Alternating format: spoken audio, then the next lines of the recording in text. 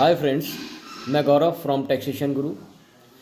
यदि आपने अपना असेसमेंट ईयर 23-24 और 24-25 का ITR फाइल किया है तो एक बात का विशेष ध्यान रखिए। आपने ओल्ड रिजीम से अगर अपना ITR फाइल किया है तो आपने कई सारे डिडक्शंस भी क्लेम किए होंगे। आपने 80C के डिडक्शंस क्लेम किए होंगे, जैसे life insurance policy, tax saving scheme का डिडक्शन, NSC, ऐसे कई 80C के डिडक्शंस आपने क्लेम किए होंगे।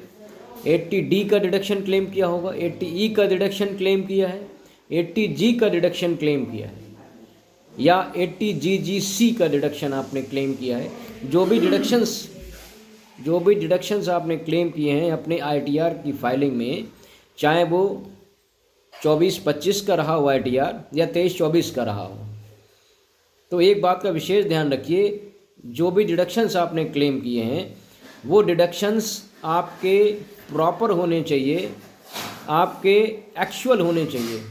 अगर आपने फेक डिडक्शंस आपने क्लेम किए हैं तो इनकम टैक्स डिपार्टमेंट आपके ऊपर कई सारी ऐसी प्रोसीडिंग कर सकता है जो आपके लिए एक बड़ी आफत साबित हो सकती है।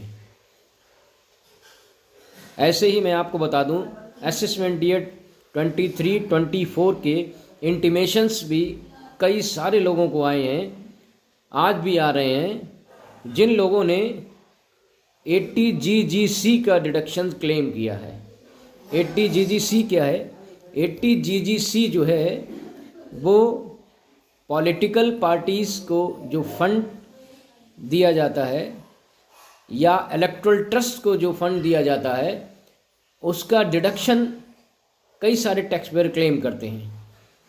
यदि वह डिडक्शन आपका एक्चुअल है, प्रॉपर है, तो कोई बात नहीं है। अन्यथा की इस स्थिति में आपके ऊपर इनकम टैक्स डिपार्टमेंट के द्वारा टैक्स की चोरी, अनडिस्क्लोजिंग ऑफ योर इनकम और ब्लैक मनी जैसे कई सारे आपके ऊपर कार्रवाई की जा सकती है डिपार्टमेंट के द्वारा। तो जागरूक रहिए, अवेयर रहिए, सशक्त रहिए और इस चीज़ का विशेष ध्यान रखिए कि फेक डिडक्शंस को क्लेम ना करें। तो कैसा लगा ये वीडियो? टैक्सेशन गुरु चैनल को सब्सक्राइब जरूर कर लीजिए। ऐसी ही इंफॉर्मेटिव वीडियोज़ के लिए फिर मिलते हैं इसी चैनल पर। तब तक के लिए गुड बाय, टेक केयर।